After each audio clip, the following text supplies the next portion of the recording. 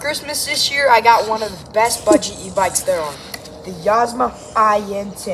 It's got key ignition, Sur-on style throttle, hydraulic brakes, powerful motor, high torque, and even a top speed of 40 miles an hour. Watch this.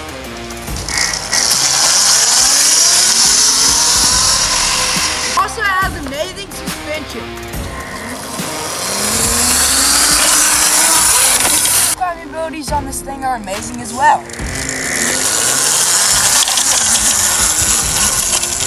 Overall, this is an e-bike that you cannot pass up for the price at only $1,300.